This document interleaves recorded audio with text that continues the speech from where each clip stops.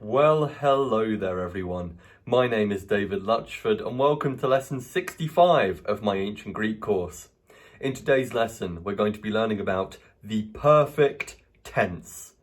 In particular, we're going to be learning about perfect indicative active verbs. So perfect tense verbs in the indicative mood, that is the mood where an action is occurring, the mood that indicates the occurrence of an action, in other words, and the active voice, that is where the subject is doing the action of the verb. So far, we've just been looking at indicative active verbs. Okay, so really what we're focusing on today is the tense, namely how we translate the perfect tense and how we form it in the perfect indicative active in particular. Now, before we do that, I would like us to take a look at my virtual shelves. If we do that, we shall see that my newest set of shelves, the Gothic set of shelves, is now full. Because recently, Micah, KW, Christine, Dwayne McCook, Crown, and the babies have kindly supported my channel. So to all of you, I'd like to say a huge thank you. Thank you all so much for supporting my channel.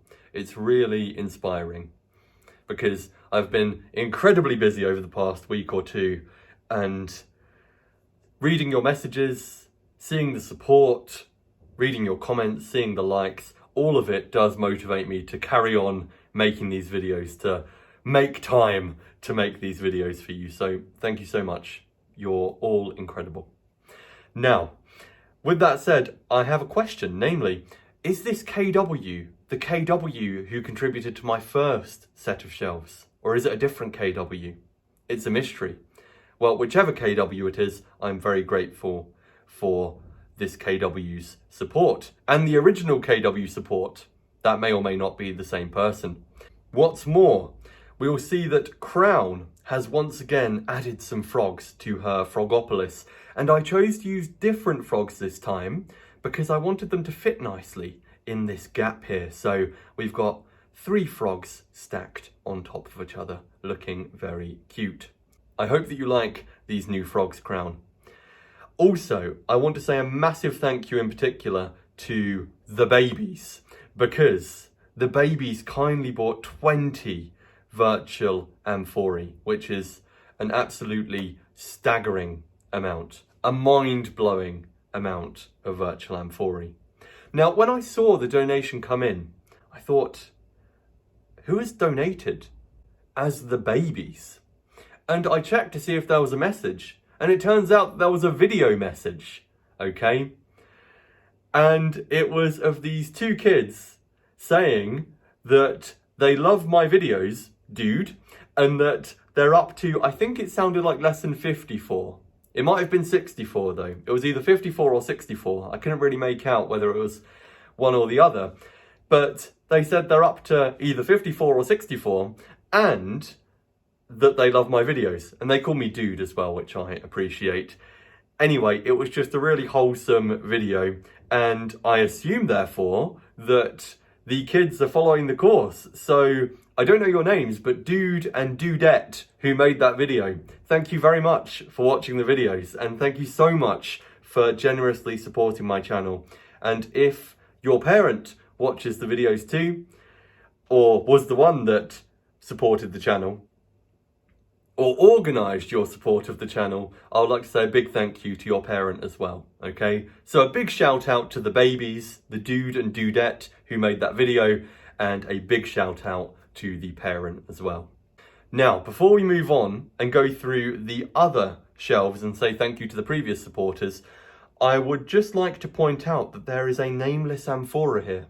The reason for that is because I realised that I gave ALW an extra amphora last time, and I want to be consistent and only show the amphorae that people donate, you know, to be fair to everyone donating. And so I've had to relocate this amphora. It's a nameless amphora. It's without a home. Okay, if you would like to claim it, then if you get an amphora on Buy Me a Coffee, I will name it after you, okay? And make sure you mention in the message that you would like the nameless amphora. But otherwise, if nobody claims it, it's just going to stay nameless, okay? But the first person to claim it on Buy Me a Coffee will be able to keep it, virtually on these shelves, that is. Now, let me say a huge thank you to absolutely everyone who has supported my channel in the past. You're all wonderful, and it's just crazy.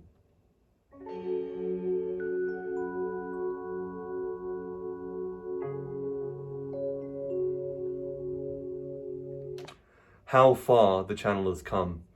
When I checked today, there were 11,999 subscribers on the channel.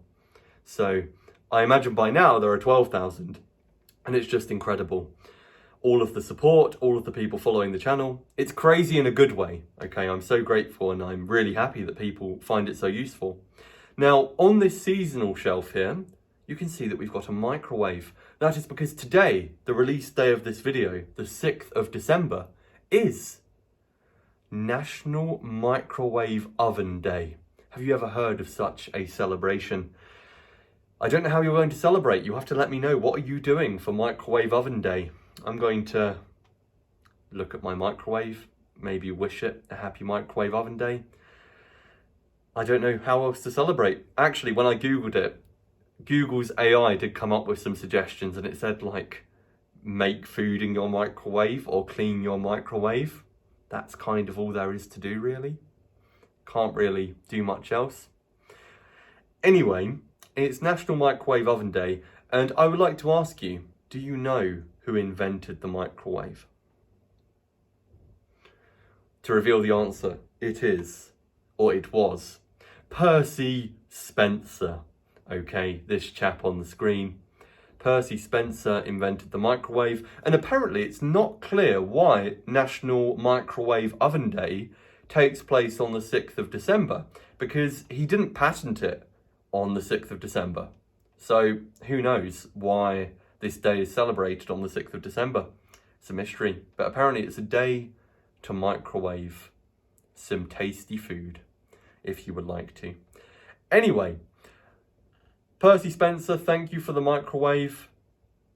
It's a good invention, and I'm always blown away by how people invent things like that. You know, I have such admiration for inventors and engineers. It's like, how on earth do they do it?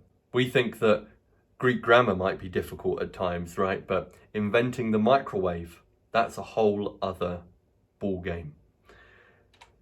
Anyway, thank you all so much once again. I really appreciate it.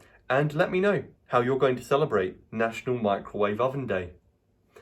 With that said, let's talk about the perfect tense, okay?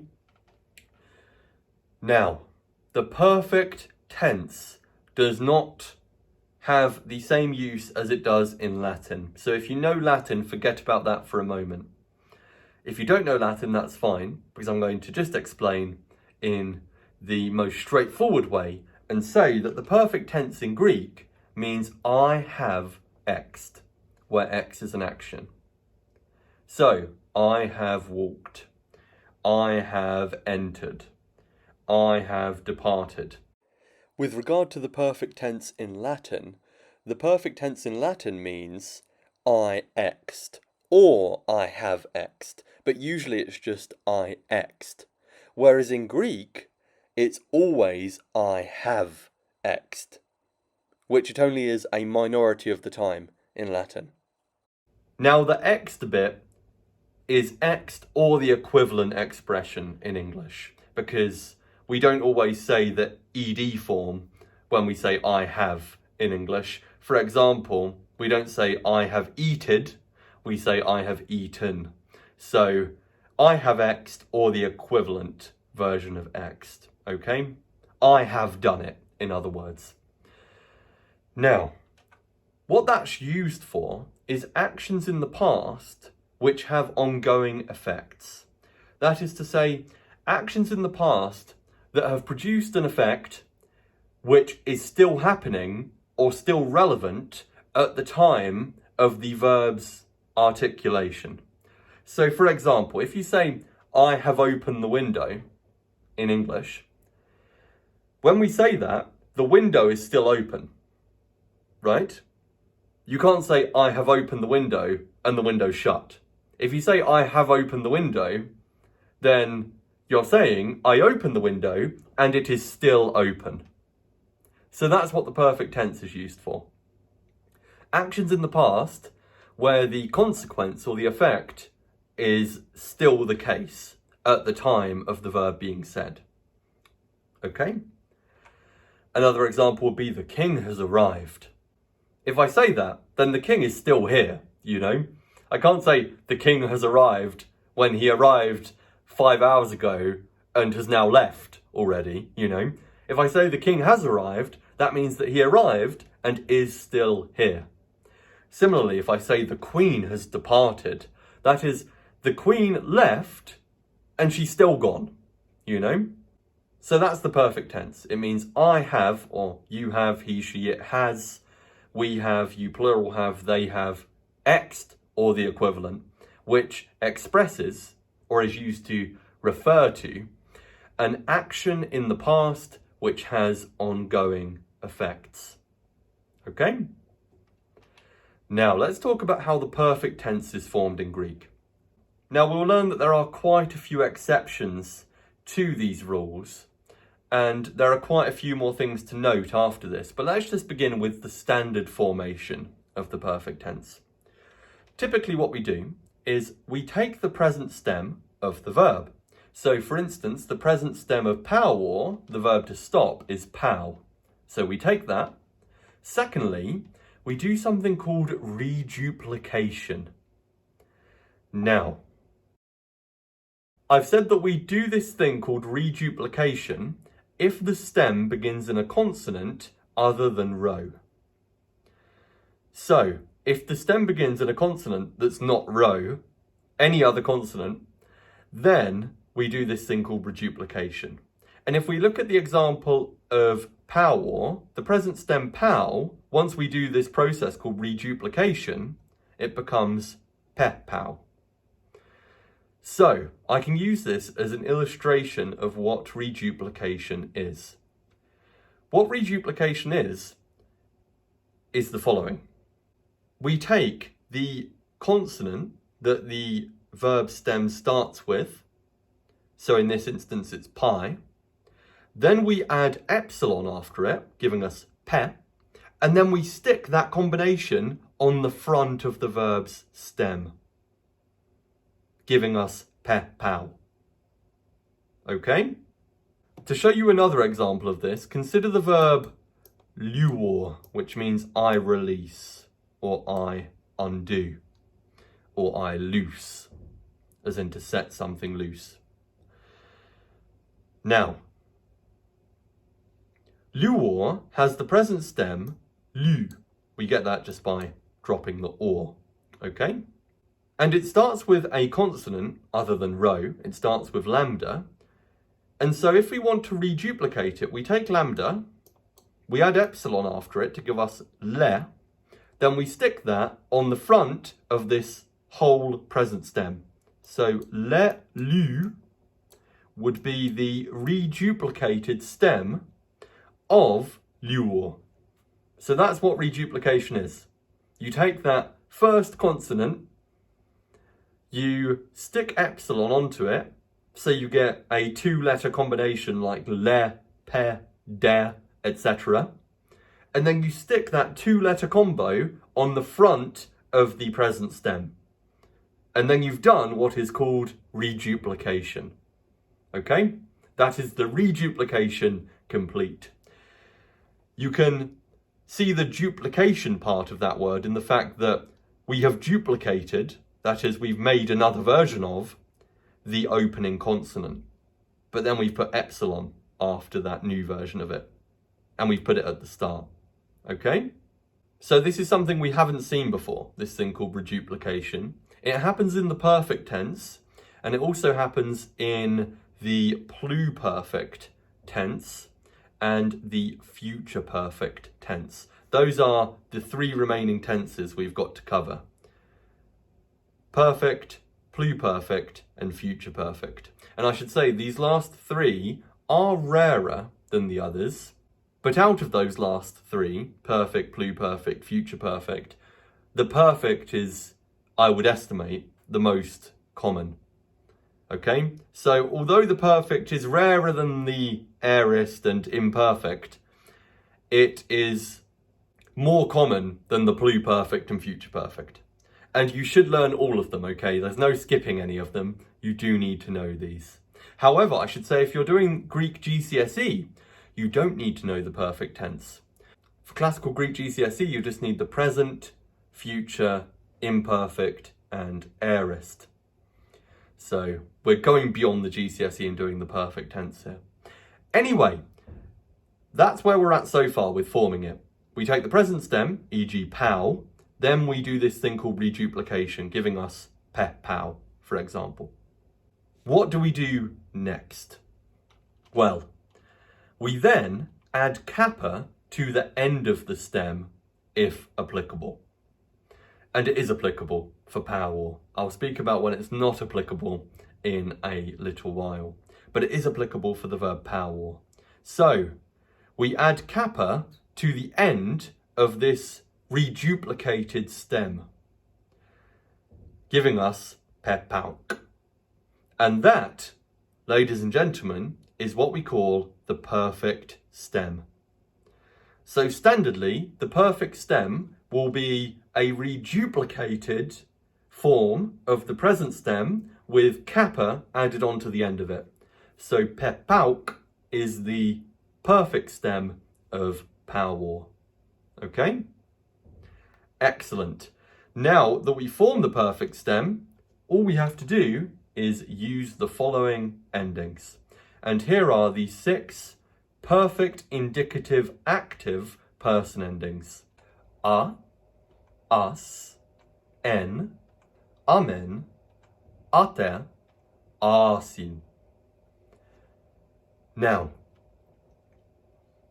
I have some good news for you. 5 out of 6 of these, namely the first 5, are identical to the weak aorist indicative active person endings. Because if you think of how the weak aorist goes, it would go epausa, epausas, epausen, epausamen, epausate. But then the weak aorist in the they form has epausan with sigma, alpha, nu. But we have got asin, which is like the weak aorist in that it has alpha, although it's unlike it in that it's a long alpha, so ah rather than ah. And it's also unlike the weak aorist in the fact that it's got sin rather than sun, and also the sin has a movable nu, whereas sun in the weak aorist does not have a movable nu. But the sin is kind of like, in fact it's just like, the present indicative active third person plural form, which is usin. The sin is exactly the same there. It's sigma iota movable nu. Okay? So these first 5 forms are like the weak aorist, and the last one is a bit like the weak aorist because it has alpha, although it's a long alpha, but it's unlike the weak aorist in that it has sin rather than sun, and that sin has a movable nu. Anyway, that's how we standardly form the perfect tense in Greek. And if we use power then, our paradigm would go as follows. Pepauka, that would be I have stopped. Pepaukas, that would be you singular have stopped.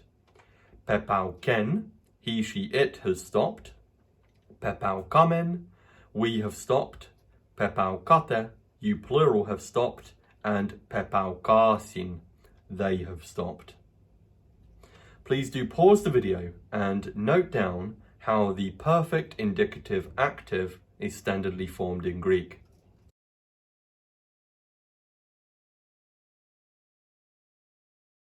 Now I did show you how reduplication would work with the verb luor. Namely, we said that luor has the present stem lu. If we want to do reduplication here, we're going to add le to the start of it because Lambda's the first consonant at the start. We have lambda, we add epsilon to it, and then we add that combination to the beginning of the present stem. So le lu is the reduplicated form of lu. And then if we wanted to go all the way and follow the other steps to make it perfect indicative active, we need to do the third step, which is adding kappa, giving us le luc. That is the perfect stem of the verb luor.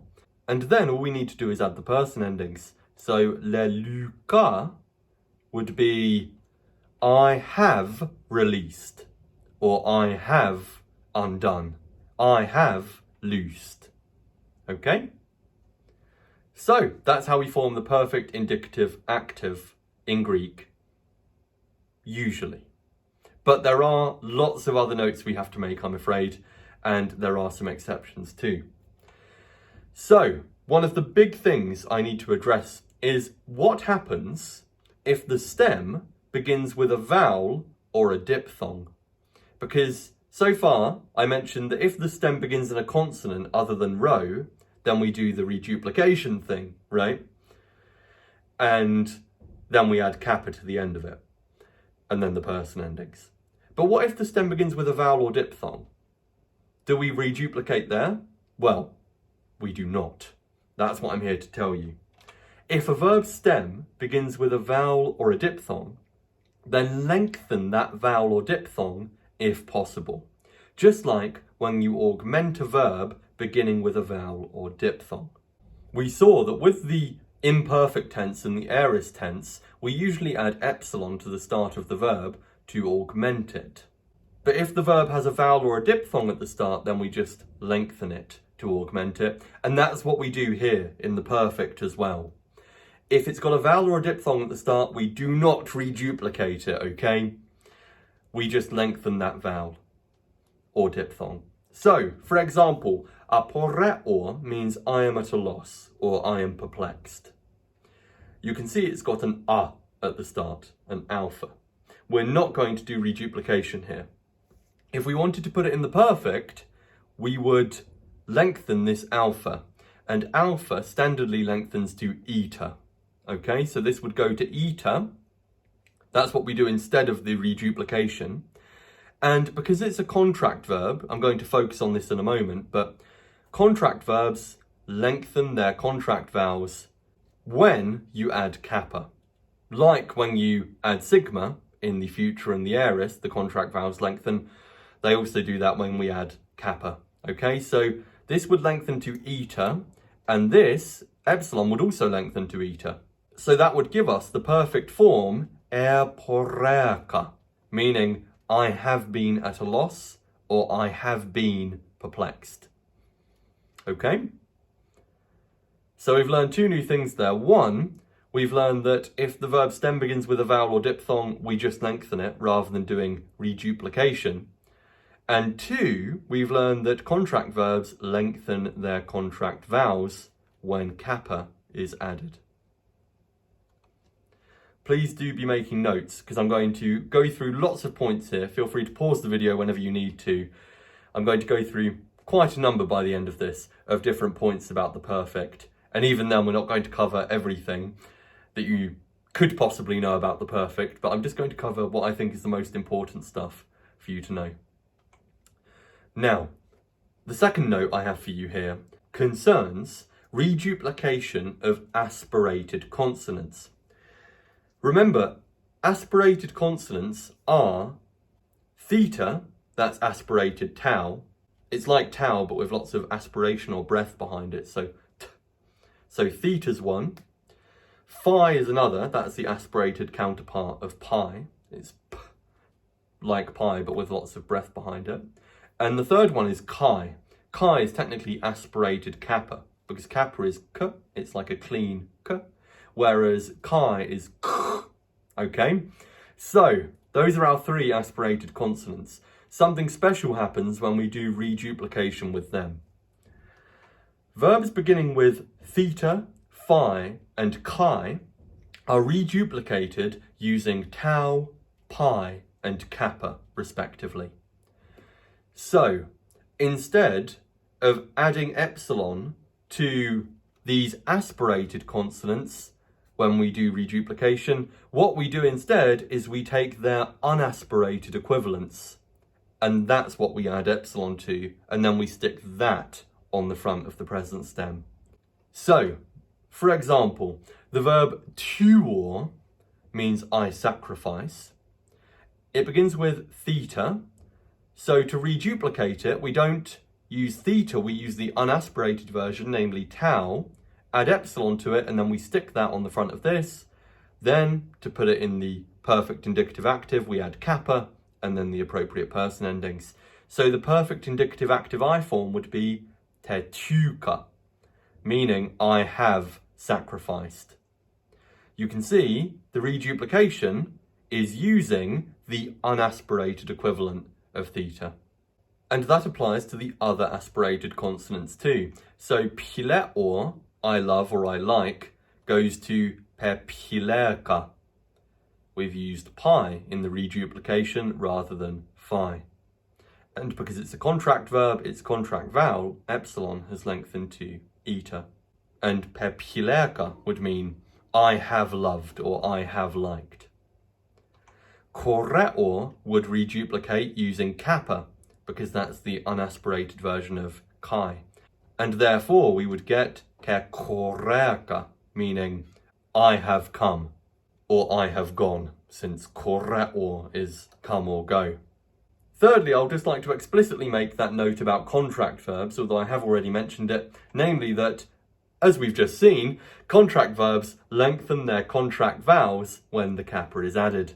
So for example, nika or I conquer or I win goes to ne nikerka, meaning I have conquered or I have won. You can see that the alpha has lengthened to eta. And we've got reduplication as we would expect at the start. Poye or I make or I do goes to pe poyerka, I have made or I have done. Der lot or I show goes to der loka, I have shown. Okay, you can see that the omicron, the contract vowel, has lengthened to omega. Now, I've covered some more of the main points about the perfect, some more of the nuances, and since we've done that, you should now be able to do this exercise here, which asks you to translate the 6 perfect indicative active verbs on the screen into English. And I will warn you, because I'm feeling charitable, that number 1 doesn't feature the verb der lot or the verb to show.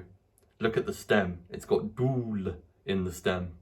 Okay, so think about what verb that's from, not der lot or. I didn't want to mislead you since we've just been looking at der lot or. I know it would be an easy trap to fall into, to misread that as the same verb. Anyway, please do pause the video and translate these 6 verbs into English.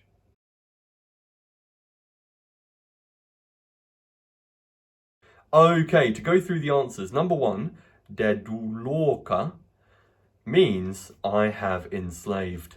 Dulor is the verb to enslave. Here, it's in the perfect, which we see because of the reduplication and the kappa. Those are like the 2 signposts of the perfect active, namely the reduplication and the kappa. Although we'll talk about the times when one of those doesn't happen soon. I've already mentioned that reduplication doesn't happen if the verb begins with a vowel or diphthong. But anyway, this means I have enslaved. We know I have done it because of the ending a. Beboerkasin means they have shouted. It's from boa or. Eiterkamen means we have demanded or we have asked or begged for. This is from aite or, the verb to demand, to ask, to beg for. The diphthong I, alpha iota, has lengthened to eta iota. 4, pepisteiukate means you plural have trusted or believed. 5, memnesteukas means you singular have courted or wooed. And 6, tetlerkasin means they have suffered or they have endured. These verbs are all in accordance with what I've taught you about how we form the perfect indicative active. Okay? If you have questions about any of them, please do post them in the comments below. But now, let's go on to some more nuances that we need to know about, okay? Here I've got a note for you about stems beginning with a double consonant, two consonants, or row, okay? So, if a verb stem begins with a double consonant, that is zeta, xi, or psi, those are the double consonants because they're actually two consonants in one. Because when you think about it, you say zeta as zd, that's a z sound and a d sound. It's two consonants in one. Xi is x, that's actually k and s in terms of the phonetics there. And psi is ps, it's p and s, right? So these are all double consonants. If you have one of these at the start of the verb stem, or you have two individual consonants at the start of the verb stem, or you have row at the start of the verb stem, then reduplication does not happen. Instead, epsilon is simply added to the start of the stem. Like how you augment a verb usually just by adding epsilon to the start of the stem, that's what you do with verbs that have a double consonant, two consonants, or row at the start. Add epsilon to the start instead of reduplicating it.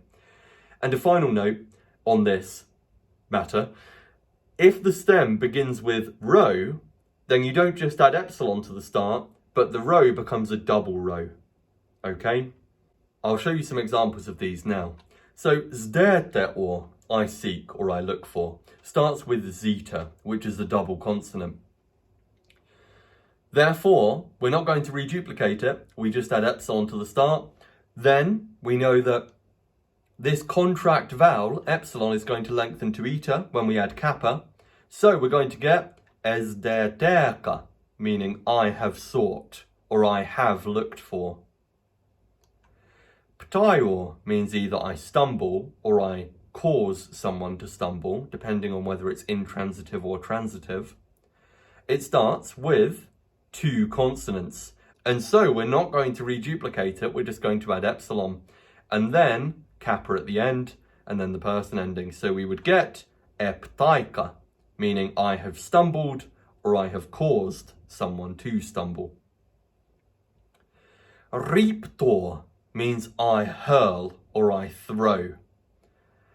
Okay, now this verb begins with row. Therefore, we're going to add epsilon, and the row is going to become a double row.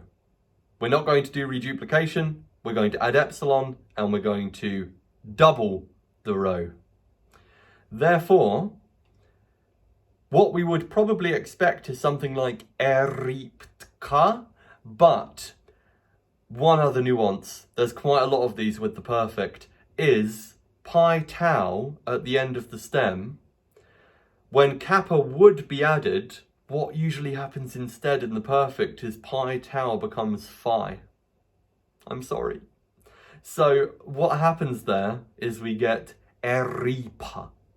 And in case you wonder how on earth you're expected to know that, I'm going to recommend that you learn the principal parts of verbs that are at all irregular. The principal parts are the main forms of a verb that enable you to conjugate it.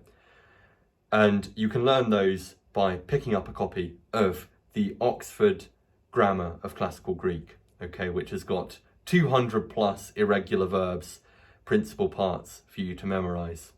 I'm sure you will find riptor in there, and you will see that the perfect is eripa. Okay, so that will mean I have thrown, or I have hurled. So that's what happens if a verb stem begins with row, or if it begins with a double consonant or two consonants. But to make matters worse, ladies and gentlemen, I do need to point out there is an exception to this rule, namely, the bit about two consonants, that doesn't apply, namely the bit about adding epsilon rather than reduplicating, if it starts with two consonants, that doesn't apply if the second of those two consonants is lambda, mu, nu, or rho. Okay, so if you want to make that note as well, this bit about not doing reduplication and just having epsilon added instead doesn't apply. That is, you do the reduplication if those two consonants at the start, one of them is lambda, mu, nu, or rho. And in fact, we've already seen that. We saw it in our exercise. The verb tla'or, I suffer or I endure, it starts with two consonants, right? Tau, lambda. Now, there we didn't just add epsilon, it didn't become etlerka. If we go back, you can see that we have the reduplication here. We have te. We don't just add e, we have te. So, if a verb stem begins with two consonants and the second one is lambda, mu, nu, or rho, then we don't just add epsilon, we do in fact do the reduplication. Okay, I've got 3 more nuances for you before we do the next exercise, and they're quite small, so don't worry. The first one is that reduplication happens after a prefix. So if a verb is a compound, that is if it's made up of a prefix and a root verb, we've learned about compound verbs before, then the reduplication takes place after the prefix. It takes place at the start of the actual root verb stem rather than at the start of the prefix. This is like how you augment a verb after the prefix, okay? So for example, procorreor, meaning I go forwards, we wouldn't try and do reduplication at the start of it. We're going to do it from the start of the root verb stem instead. We're not going to do it from the start of the prefix, we're going to do it from the start of the root verb. So we would get procorrerka. You can see that the reduplication has happened after the prefix. Okay, so bear that in mind. Secondly, we need to know that kappa replaces delta, zeta, theta, and tau at the end of the stem. So if you've got a delta, zeta, theta, or tau at the end of the stem, then the kappa will replace it. So, nomizdo, I think or I consider, let's do the reduplication, that would give us ne nomizd. And then if we add kappa, it's going to replace the zeta, giving us ne nomika, meaning I have thought or I have considered. Likewise, peitor, I persuade, would go to pepeika. You can see kappa has replaced the theta at the end. So that's a note about which consonants the kappa replaces. A third nuance is about kappa not being added at all. With particular verbs, we don't add kappa at all. And there is a rule here, namely, kappa is not usually added in the following circumstances. If the verb stem ends in beta, pi, or phi, so, for instance, grapor goes to ge grapha. Grapor is I write, ge grapha I have written. You can see the verb stem ends in phi, one of these 3 here, and so we don't add kappa. We just reduplicate, because the verb stem begins with 2 consonants, but the second one is rho, so that exception applies, and we reduplicate as normal. So we reduplicate, we don't add kappa because the stem ends in phi, and then we just use the usual perfect indicative active person endings. The second time we don't add kappa is if the verb stem ends in kappa, gamma, or chi. Now, some people here would say we do add kappa, but it just merges with the consonant at the end of the stem. I'm not going to quibble about that. Just know that we don't end up with a kappa stuck on the end of one of those letters, usually. Okay, so for instance, archor, which is a new verb to us, I believe.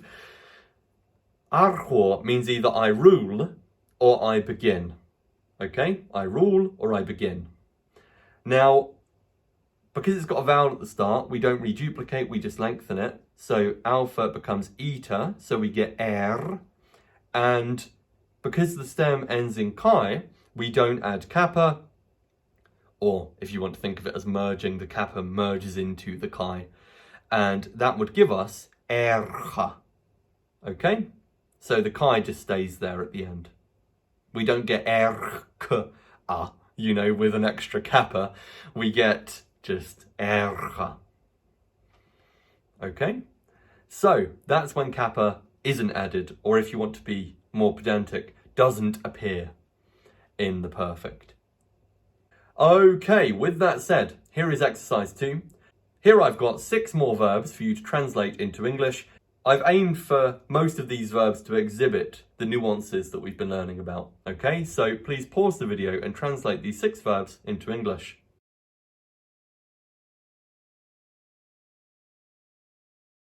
Okay, to go through the answers. Number 1, te taumakamen means we have been amazed, or we have wondered at. There we see an aspirated consonant reduplicating using its unaspirated counterpart. The second one, pe pluareka, means I have spoken nonsense. There we see phi reduplicating using its unaspirated equivalent, pi. 3, pe boer terkasin, means they have helped. This is from boer teor, the verb to help. Literally run to a shout is what boer teor means. And that doesn't exhibit any of those recent nuances, but it does have a contract vowel which it lengthens. Number 4, esder derkas, means you singular have sought or have looked for. That one does exhibit the phenomenon of adding epsilon if you have the verb stem beginning with a double consonant. 5, homologerken, means he, she, it has agreed. Now, here we've had the omicron at the start lengthened to omega. That's what we've done instead of reduplicating. And 6, gegrapasin, means they have written. Here we see that kappa hasn't been added because the verb stem ends with phi. If you have questions about any of these, please do post them in the comments below. Now, I have a third and final exercise for you, although do stick around because I have a few more points of information about perfect verbs for you after this. So, all of these verbs are verbs you have already met in my course.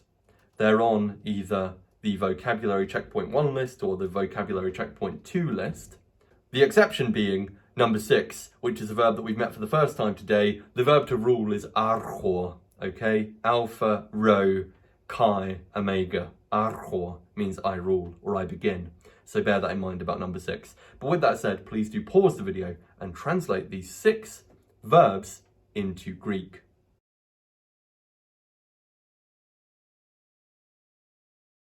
Okay, number 1, we have sacrificed, would be tetukamen. Number 2, you plural have persuaded, would be pepeikate. 3, I have hated, would be memiserka. 4, they have accompanied, would be ekoluterkasin.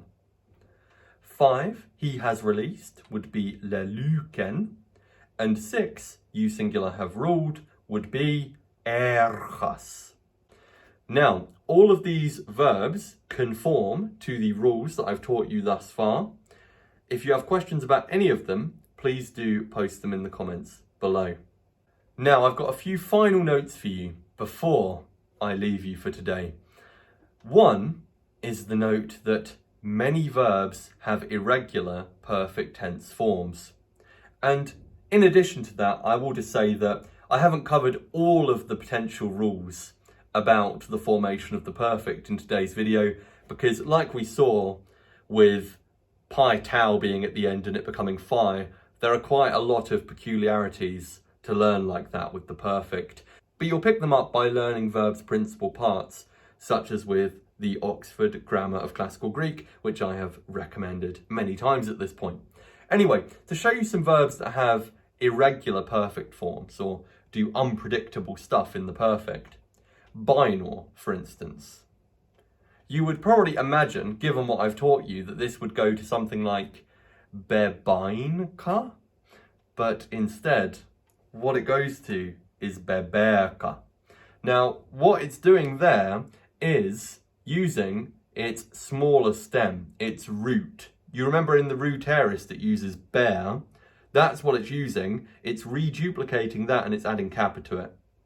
So it uses its root in the perfect rather than its present stem. Secondly, estior, I eat, goes to ederdoka. That's crazy, right? So it looks totally, well, almost totally different to estior. But one thing that can help you remember this form, since you will have to learn these irregular forms by heart, and rest assured, I will release a list of all of the verbs that we know with their principal parts in the future. Okay, I'll do that in the future. But to help you remember this one now, the ed bit is related to words like edible. If something's edible, you can eat it, right? So that ed bit, the fact that we can see ed in this word, that ed is linked to edible. So if you can remember that estior has something to do with ed in the perfect, it might help you get ederdoka. Thirdly, legor, I speak or I say or I tell, goes to eilocha. What on earth? Menor goes to memenerka. So that's nearly regular, although it's added this unexpected eta after the new at the end. Next we have horao, the verb I see. This goes to heoraka, I have seen. What on earth? So it's not only lengthened the omicron to omega, but then it's added he to the start. Pino, the verb to drink, can go to peporka, I have drunk. And finally, peitor, I persuade, has an alternative form in the perfect. It can go to pepoita. You'll find that some verbs do have two different options that they can use in certain tenses, like the perfect. So here are some of the verbs that we know that have irregular perfect tense forms, but there are many more, okay? And like I said, there are just so many nuances that you will just pick up over time, like how pi tau plus kappa often just gives you phi instead, you know. Pi tau just becomes phi in that situation, usually. And I say usually because I'm sure there are exceptions. My goodness. The perfect is tricky, but it's very recognisable thanks to two things, well, three things actually. Namely, the perfect tense endings, although they are in common largely with the weak aorist. The second thing that's often a signpost is reduplication. And the third thing is the kappa. Okay, so those are things to look out for with the perfect indicative active. Now, the final note I have for you is that the perfect tense is sometimes equivalent to a present. Now, don't worry, this is nothing too mind-blowing. It's not like I'm dropping a bombshell right at the end of this video. I just wanted to make you aware of the following. Namely, the perfect tense originally, even earlier than in classical Greek, meant I am in the state of having xed. So, for instance, I am in the state of having walked. And that's how it comes to mean I have walked, okay? But some verbs have kept this older meaning and are thus virtually equivalent to a present tense verb. And I'll mention when this is the case, okay? You don't need to worry about it every time you see a perfect tense verb. Go for I have done it first of all, but I'll make you aware when it does have this older meaning. One such instance is with the verb tneiskor, which is the root of apotneiskor, I die. Tneiskor is also I die. Apotneiskor is literally I die off. Tneiskor, the root verb, is I die, but it's used more commonly in the compound form actually in prose, whereas in poetry you do see the root a bit more. Anyway, tneiskor, I die, goes to tetnerka in the perfect, which is a bit irregular, but it's still recognisable, right? Tetnerka. You can still kind of see that tner bit and link it back to tneiskor. Anyway, it goes to tetnerka in the perfect, which literally means I am in the state of having died. It's got that older meaning. And in English, we would just say this as I am dead. Okay? So tetnerka literally means I am in the state or position of having died, but we would just say I am dead. So for that reason, it's kind of like a present if you say I am dead, right? It's like describing how you are at the present time. There are some perfect verbs with this older meaning that have got more emphasis on the present state than they have on an action that has happened in the past and the effects of which are still felt, okay? So I've said, therefore, just be aware that some perfect tense verbs you come across will effectively have a present tense meaning, or they'll have an emphasis on the present state as opposed to an action that's been completed and that has ongoing consequences. To summarise our learning for lesson 65, we've learned that the perfect tense means I have X'd, or the equivalent of X'd. I have done it, basically. It's standardly formed as follows. We take the present stem, we do reduplication, except if the consonant is rho, or if there is a double consonant or two consonants, in which case add epsilon, although if in the two consonant pair, the second one is lambda mu nu or rho, this exception doesn't apply and we do the reduplication. I sound like a crazy person right now. Anyway, we standardly take the present stem, we do reduplication, bearing this exception in mind, or these exceptions, I should say. And we also have to bear in mind that if the stem begins with a vowel or diphthong, then we just lengthen the vowel or diphthong instead of doing the reduplication. But in general, we take the present stem, we reduplicate it, then we add kappa, although we don't add kappa if the stem ends in beta, pi, phi, kappa, gamma, chi. It rhymes, right? Beta, pi, phi, kappa, gamma, chi. There you go, have that drilled into your mind. There, kappa isn't present in the perfect indicative active form.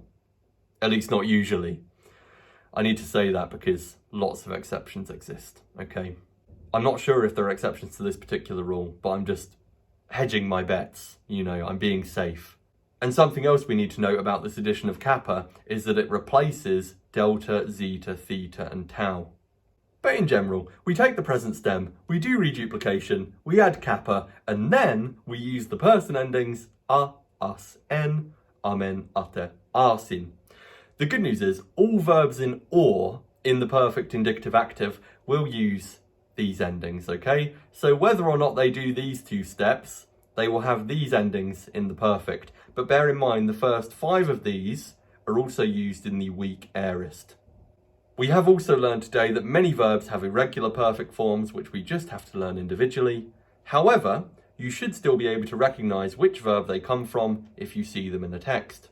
Although there are these irregularities, usually you will be able to work out which verb it's the perfect form of. Sometimes though it looks so different, like legor going to locha. That's just bizarre. It's not as bizarre when you've learned all of the principal parts, but it's just weird, okay? Especially if you haven't learned all of the principal parts, which are the main forms, including the irregular forms.